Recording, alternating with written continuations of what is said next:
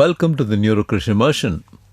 In this podcast, we are going to delve into a really interesting theme, 5 facets of the political mind. In this, we dive deep into the psychology behind political thinking. We explore not just what people believe, but why they believe it, tracing the cognitive, emotional, social, moral, and power-driven roots of our political minds. Picture this. Every day, millions of us people around the world consume political news, form and shape political beliefs, and develop political opinions. Indeed, we engage in heated discussions. Yet, for the vast majority of us, our interest in the domain of politics is likely to stay academic, and we may never, in actual fact, practice politics. So why then does this subject influence and preoccupy our minds? This podcast seeks to explore also what lies beneath our political affiliations and how they emerge from a complex psychological framework. When it comes to politics, a good proportion of us have opinions. We may look to the left, the right, or indeed dead center. We must recognize and acknowledge, however, that politics is omnipresent, from media to personal relationships, and political leanings often reflect deeper motivations beyond policy. What makes a person conservative or liberal? This has been an academic question in the US for years and years. What scientists have proposed, based on research, is that conservatives value tradition, stability, and are threat sensitive. Liberals favor change, empathy, and openness to ambiguity. Psychological and neurological studies support these tendencies, showing differences in how conservatives and liberals process information and respond to threat. In 1968, a debate was held between the conservative thinker William F. Buckley Jr. and liberal writer Gore Vidal. It was hoped that these two members of opposing intellectual elites would show Americans living through tumultuous times that political disagreements could be civilized. That idea did not last long. Instead, Buckley and Vidal descended rapidly into name-calling. Afterward, they sued each other for defamation. Thus begins an episode on an article on conservative and liberal minds and the differences in Scientific American. The story of the 1968 debate opens a well-researched 2013 book called Predisposed, which introduced the general public to the field of political neuroscience. The authors, a trio of political scientists in the University of Nebraska-Lincoln and Rice University, argued that if the differences between liberals and conservatives seem profound and even unbridgeable, it is because they are rooted in personality characteristics and biological predispositions. On the whole, the research seems to show that conservatives desire security, predictability, and authority more than liberals do, and liberals are more comfortable with novelty, nuance, and complexity. If you had put Buckley and Vidal in a magnetic resonance imaging machine and presented them with identical images, you would likely have seen differences in their brain, especially in the areas that process social and emotional information. And if you have access to it, I would ask you to watch the podcast with the slide guide, because we do have images that are helpful. The volume of grey matter or neural cell bodies making up the anterior cingulate cortex, an area that helps to detect errors and resolve conflicts, tends to be larger in liberals. And the amygdala, which is important for regulating emotions and evaluating threats, is larger in conservatives. This is the finding in neuroscience. Going back to history, we have interesting contrasts of a different nature. Think about Machiavelli, the realist, and think about Plato and his king, his ideal king, Plato the philosopher. Machiavellism is a personality trait characterized by manipulativeness, deceitfulness, high levels of self-interest, and a tendency to see each other people as a means to an end. People who display especially elevated levels of Machiavellism, referred to by some psychologists as high Macs, lack empathy and take a cynical, unemotional view of the world. Their primary interests center on power and status, and they'll do whatever is necessary to achieve their goals. This trait was named for Niccolo Machiavelli, a 16th century author and political philosopher who argued in works like The Prince that kings and other rulers should do whatever is necessary to seize and maintain their power. Today, some evidence suggests that people high in Machiavellism are more likely to pursue high-power careers such as politics or law. Machiavellism, along with narcissism and psychopathy, make up a collection of unpleasant and closely related personality traits known as the Dark Triad. Now, contrast this with Plato's notion of the philosopher king. What he said was that the philosopher is the only person who can be trusted to rule well. Philosophers are both morally and intellectually suited to rule, morally because it is their nature to love truth and learning so much that they are free from greed and lust that tempts others to abuse power, and intellectually because they alone can gain full knowledge of reality, which in books 5 through 7 of the Republic is argued to culminate in knowledge of the forms of virtue, beauty, and above all, the good. The city can foster such knowledge by putting aspiring philosophers through a demanding education, and the philosophers will use their knowledge of goodness and virtue to help other citizens achieve these so far as possible. Thus spoke Plato.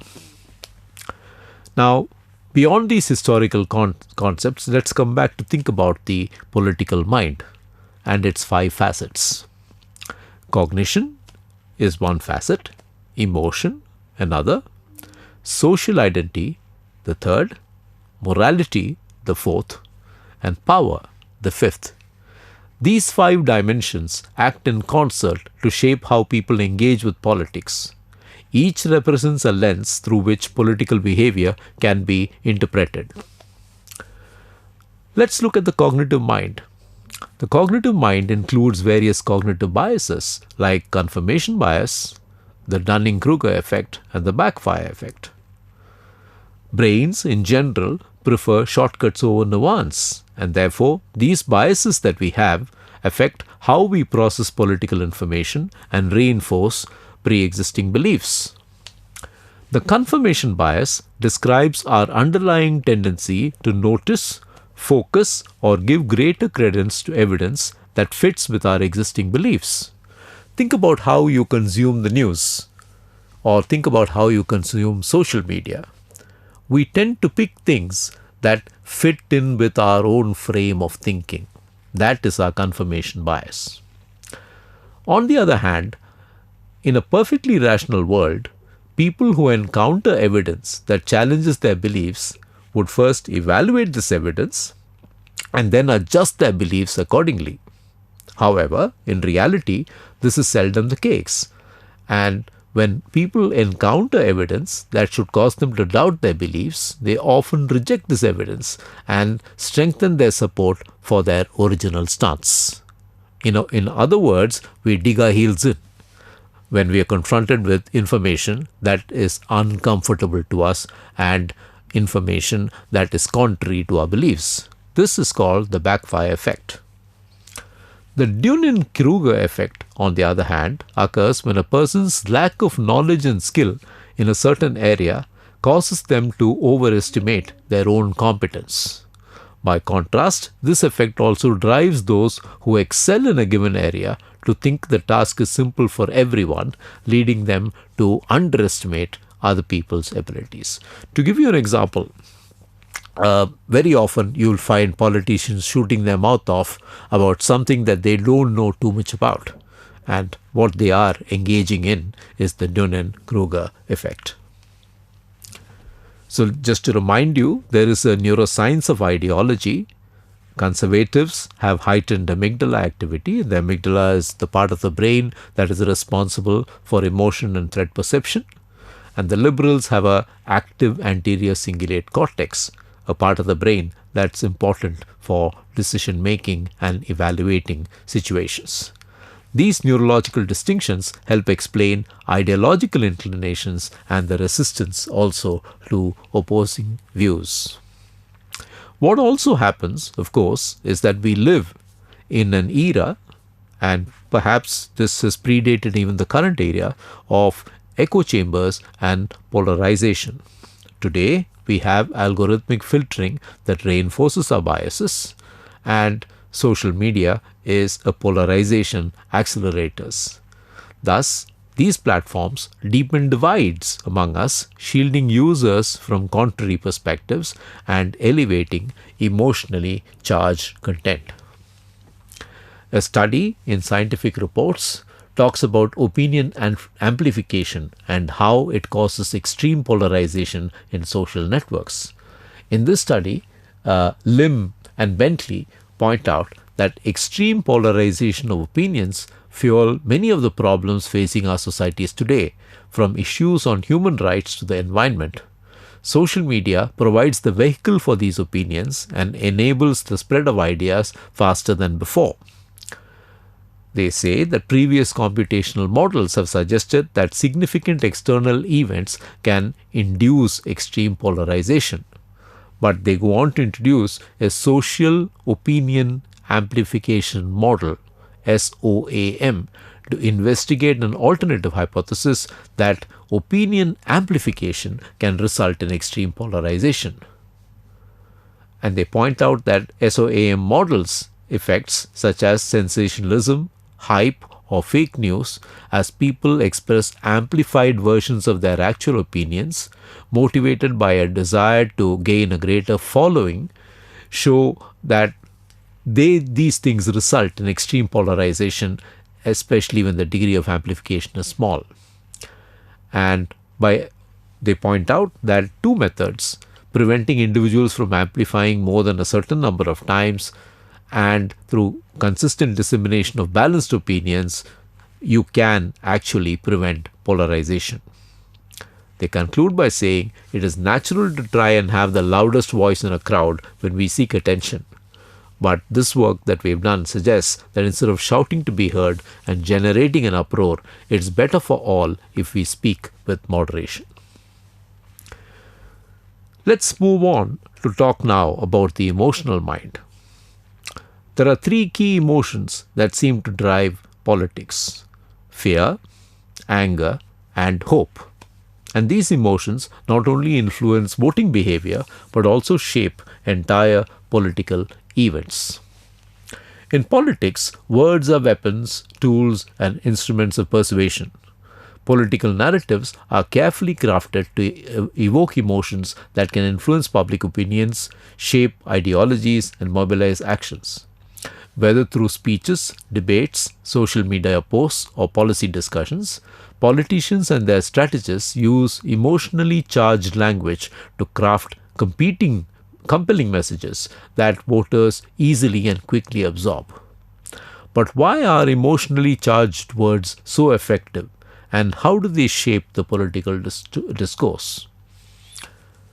Emotionally charged words, or words with emotional burdens, are those that evoke strong feelings, whether positive or negative. These words can trigger reactions based on personal values, fears, hopes, and experiences. Psychologists suggest that a language laden with emotions involves the amygdala, which is the brain's emotional processing center and which makes information less likely to be forgotten and more persuasive.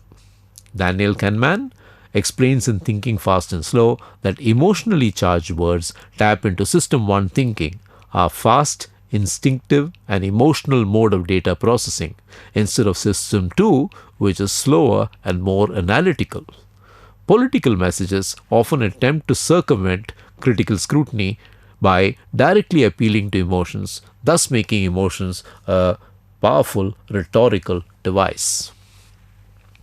Fear is one of the most commonly used emotions in political communication. Politicians often highlight threats, real or perceived, to create urgency and mobilize support. For example, the Daisy commercial of President Lyndon B. Johnson in 1964 depicted a nuclear explosion and was warning the voters of the dangers of electing his opponent, Barry Goldwater. The ad successfully exploited fear to influence voter perceptions.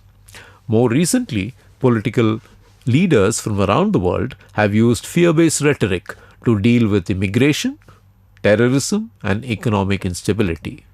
Terms like invasion, criminals, and radical extremists have been used to shape public attitudes towards national security and immigration policies, especially in the West. Hope is also a very powerful emotion because it often does provide a vision for the future. Politicians use optimistic language to inspire and unite people around a cause. Good examples are Barack Obama's 2008 campaign slogan, "Yes, we can," which was a great example of using positive, emotionally charged words to evoke feelings of emancipation and collective progress, and Franklin Roosevelt's assurance during the Great Depression, "The only thing we have to fear is fear itself," used rousing rhetoric to instill hope and resilience in Americans. Anger is also a powerful motivator, especially in populist movements. Political leaders use anger-filled words to rally supporters against perceived injustices. The Occupy Wall Street movement, for example, used the phrase "we are the 99% to highlight economic inequality, sparking widespread frustration against corporate elites and government policies. More recently, Donald Trump's rhetoric about fake news has also fueled distrust in institutions, mobilizing a base that feels alienated from mainstream politics. The way political issues are therefore framed or presented influences how people perceive them. Framing involves selecting certain aspects of reality and emphasizing them through specific linguistic formulations. Emotionally charged words play a key role in this process. For example, when taxation is described as a burden or a job killer, it is viewed negatively. In contrast, calling it an investment in our future or a contribution to society frames it in a positive light. The linguistic frame influences how the public interprets policy proposals and political decisions. Thus, emotions and the emotional mind have a great role to play in politics, and we have several examples of fear, hope, anger, all contributing to the political discourse, and effectively so. The third facet is the social mind. All of us have our identity rooted in groups, family, religion, and nation. We all espouse in-group loyalty, and some of us also may have challenges with out-of-group hostility. Modern political affiliations reflect ancient social dynamics where community and survival are interlinked. So, how does tribalism affect our social brain? One fascinating aspect of the brain is its inherent social nature. We are wired to think and thrive in social contexts and seek connections with others. Neuroscientists have extensively studied this phenomenon and identified several neural mechanisms that underlie our social behavior. Tribalism refers to humans forming social groups and identifying with them, driven by shared identity, values, and goals. Research has shown that perceiving others as part of our group activates the brain's reward system, fostering loyalty and preference. Perceiving others as part of our group activates the brain's empathy circuit, promoting compassion and cooperation. Thus, your brain is wired to respond to these positive feelings that are evoked by feeling of community, feeling of clan, feeling of group, and so on. There are other factors that play a role. A study conducted at UCLA observed increased activity in certain parts of the brain, the ventral striatum and the ventromedial prefrontal cortex, regions associated with reward and value processing. The findings suggest that the brain perceives group identity as rewarding and valuable, shedding light on the neural mechanisms of tribalism. Additionally, the release of oxytocin and vasopressin affects sensory information processing, enhancing social recognition memory, and further linking group identity to pleasurable and rewarding experiences. I'll take the opportunity to remind you of the podcast on the art, culture, and science of love, where these reward mechanisms have been talked about very, very extensively earlier. We have mirror neurons in our premotor cortex and inferior parietal lobule, and these facilitate understanding of others' intentions and emotions, promoting empathy. They are vital for social cognition, including imitation, social learning, and predicting behavior.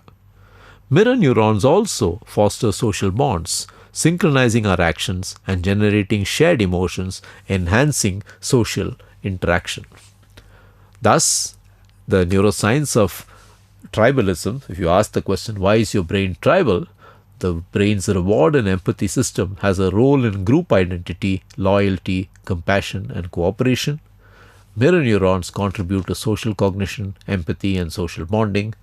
Oxytocin influences social bonding and in-group or out-of-group bias. And I think it's very important to remember that these neuroscientific mechanisms have a role to play in how our social brain is tribal. Group loyalty is therefore an evolutionary trait, and political identity offers certainty and belonging.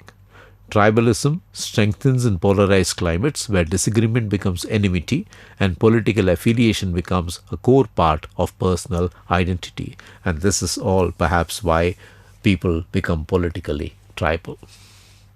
Political narratives are often built in order to build this connective identity, and threats to identity lead to extremism.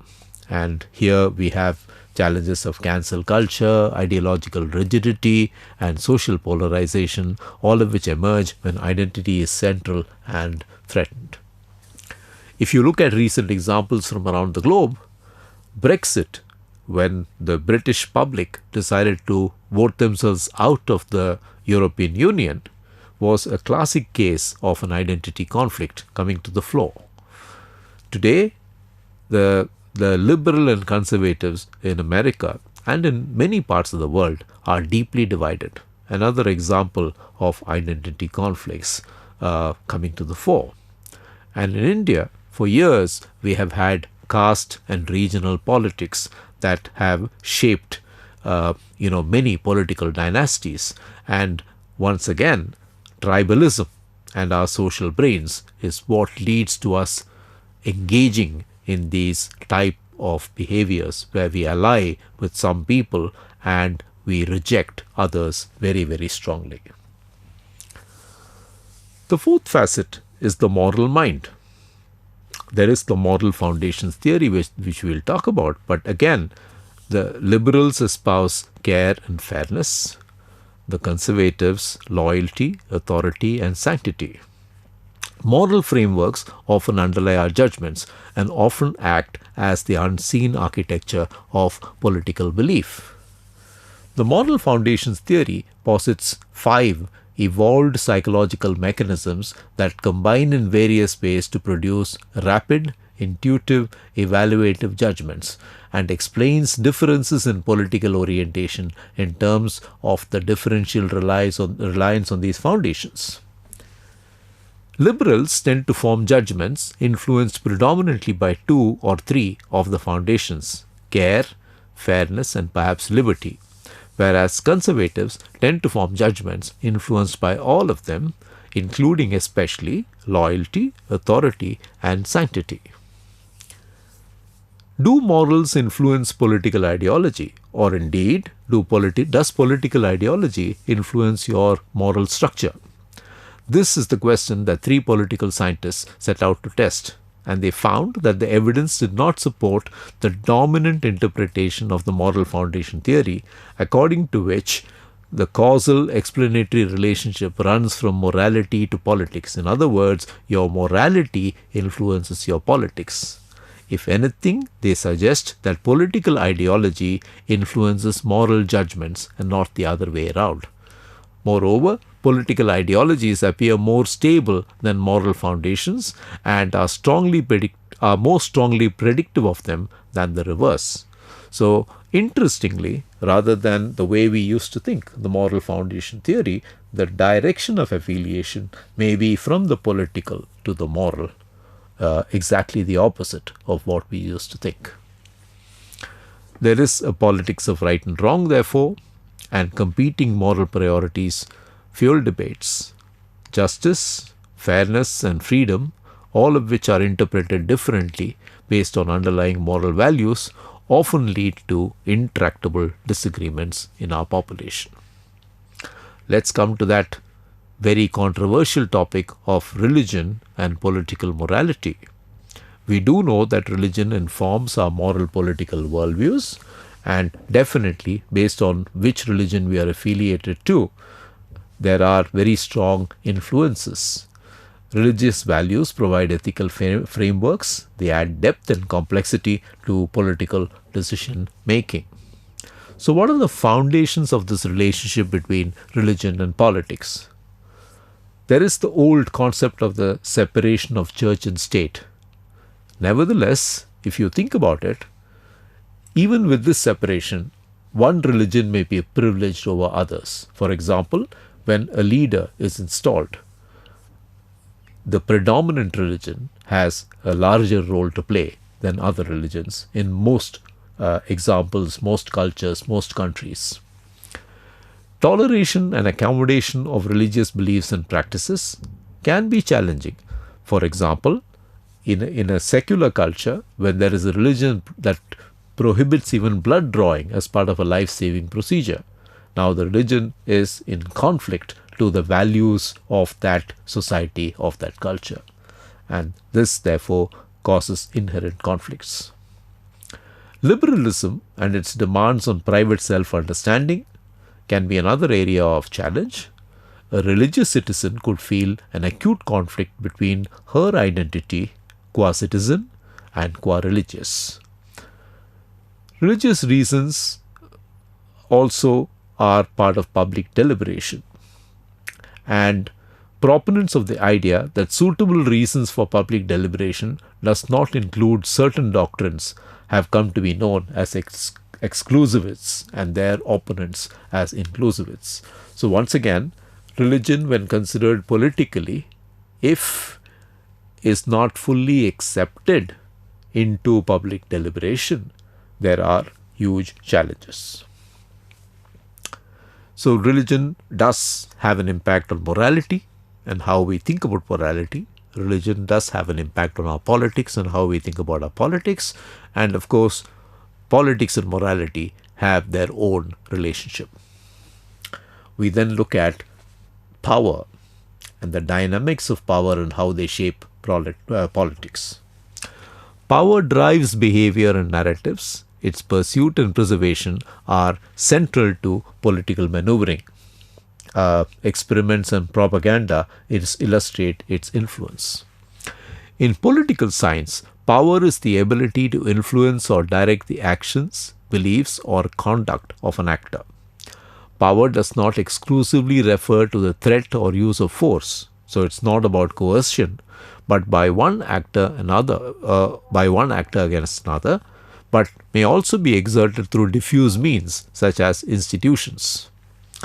Power can also take structural forms as it orders actors in relation to one another, such as distinguishing between an employer and their employees, as categories and language may lend legitimacy to some behaviors and groups over the others. The term authority is often used for power that is perceived as legitimate or socially approved by the social structure. And scholars have distinguished between soft power and hard power. Power is therefore rather complex as a phenomenon. A notable study of power conducted by social psychologists French and Raven in 1959 talked about the 5 bases of power. Coercive power uses the threat of force to gain compliance from another. Reward power is based on the right of some to offer or deny tangible, social, emotional, or spiritual rewards to others for doing what is expected of them. Legitimate power comes from an elected, selected, or appointed position of authority and may be underpinned by social norms. Referent power is rooted in the affiliations we make or in the groups and organizations we belong to. Expert power is based on what one knows, experiences, and the special talents or skills. So coercive power, for example, is what a bully would use, a political bully would use in order to control his constituency. Reward power is what is often used either by offering a reward in exchange for someone doing what you want them to do, or indeed withholding a reward when they do not do what you want them to do. And of course, this can be used in a range of circumstances in politics. Legitimacy of power comes from being elected or appointed. So someone who is a legislator, for example, has legitimate power. A priest, for example, has legitimate power. Referent power is because we make common cause with others and because we form communal groups. The power that emerges by being part of such a grouping is referent power. And expert power is the kind of power that knowledge and experience and special skills or talents confers upon people. Raven subsequently added in 1965 informational power. Informational power is the ability of an agent of influence to bring about change through the resource of information. Power can be manifested in so many different ways. If you think about Mahatma Gandhi and Nelson Mandela, they demonstrated to the world the power of non-violence. If you think about Putin, the current Russian president, and Xi, the current Chinese president, they demonstrate to the world the power of authoritarianism. Media has a huge role in shaping power, and we do know that. And we have a very good example of a current president in the United States wielding power, and in some ways rather effectively, in some ways which we don't really understand. So these examples show contrasting uses of power, some rooted in moral authority and some in control and surveillance. So the 5 facets of the political mind as we've looked at them: the cognitive facets, the emotional facets, the social identity facets, the morality facets, and the power facets. And these 5 dimensions act in concert to shape how people engage with politics. Each represents a lens through which political behavior can be interpreted. So can we escape our political minds? Politics is just not about laws and policies. It's rooted in how we think, feel, belong, judge, and seek control. By becoming aware of our biases and identities, we can strive for more open and less reactive political discourse. True political wisdom may not lie in escaping our political minds, but in recognizing that these minds are not just personal.